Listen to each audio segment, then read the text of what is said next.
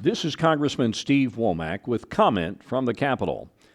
Congress may or may not be able to enjoy an extended 4th of July holiday break given the uncertainty over the reconciliation package now in the hands of the Senate, or more importantly, the Senate parliamentarian. I'll come back to that subject here in a minute.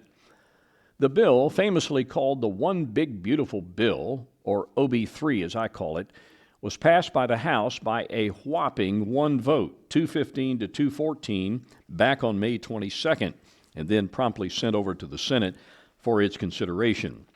We said at the time that all bets were off regarding Senate action because we knew two things. One, the Senate likes to have its fingerprints on major pieces of legislation, and depending on what they do or don't do with OB3, well, it could cause problems when it comes back to the House. We'll see about that. And number two, the world was about to be introduced to a lady named Elizabeth McDonough, the Senate parliamentarian, in a most remarkable way. She actually has more power in this process than anyone elected. That power is vested in her ability to strike down certain provisions in the legislation that run afoul of what we call the Byrd Rule, a measure adopted by the Senate 40 years ago designed to limit amendments and riders attached to reconciliation bills. Congress incorporated the Byrd Rule into law back in 1990.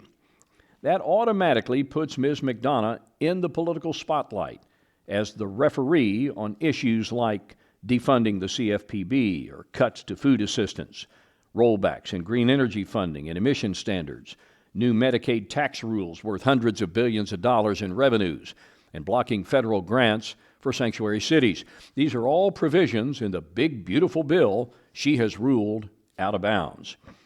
Now, before you default to criticism of Ms. McDonough, just remember back in 2021, this same lady ruled against a minimum wage increase and a controversial amnesty provision in the American Rescue Plan.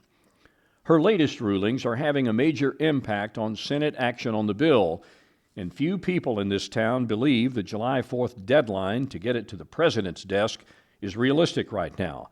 My gut tells me that the earliest the Senate could vote on whatever they come up with would be sometime this weekend.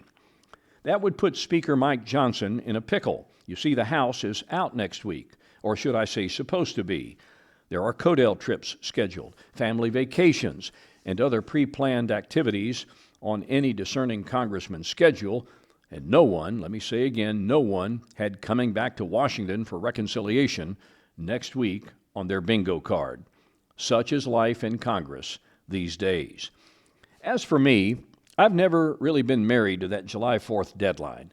I believe it's more important to get this bill right than on some arbitrary date, including Independence Day. The real deadline, if you want to know the truth about it, is a debt ceiling.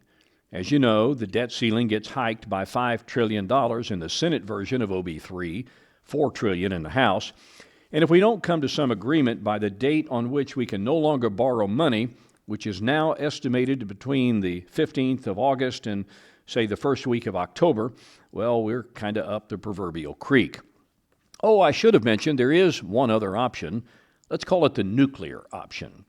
Ms. McDonough could be overruled or even fired by the Senate Majority Leader. That may sound appealing to some in that universe, but it's only happened one time.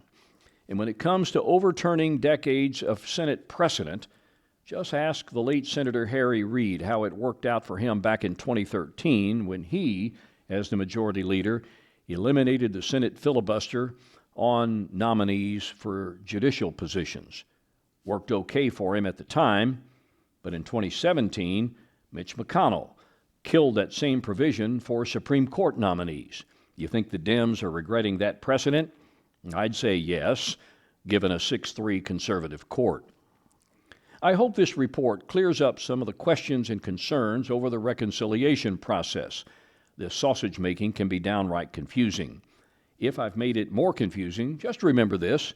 Reconciliation was designed to help the majority party avoid gridlock while implementing its legislative agenda. As I often say, it's an imperfect world. We'll all be watching what the Senate does over the next few days.